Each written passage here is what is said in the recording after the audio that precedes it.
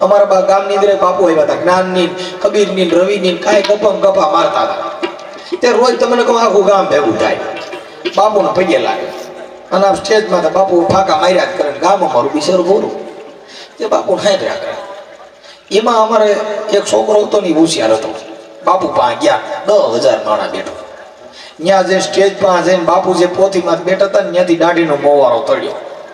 ગામ આખું ઊભું થયું. કે અમારા બાપુનો તે મોવારો હું કામ તળ્યો? એ કે તમને ખબર નથી, એ કે આ સંત છે ને પરચાધારી સંત છે. આ મોવાળો પેટ્રોલની ટાંકીમાં નાખો પેટ્રોલ ન ફૂટે, ઘઉંની કોઠીમાં નાખો દાણા ન ફૂટે, સોનાની ટાંકીમાં નાખો દાગીના ન ફૂટે. તે ગામથી ઊભું. એ બાપુના દાઢીના તો ખેંચી લીધા, પછી એના પૈતા માથાના ચાલુ કર્યા. બાપુ રેવા દો પણ આ મૂકે. એટલે એને સંતોએ કીધું કે લોકના સાગર વિશે નાવથી તરસો નહીં, આ તો દોરુની દુનિયા. એ ભાઈ આના ધોખા કોઈ તરસો નહીં.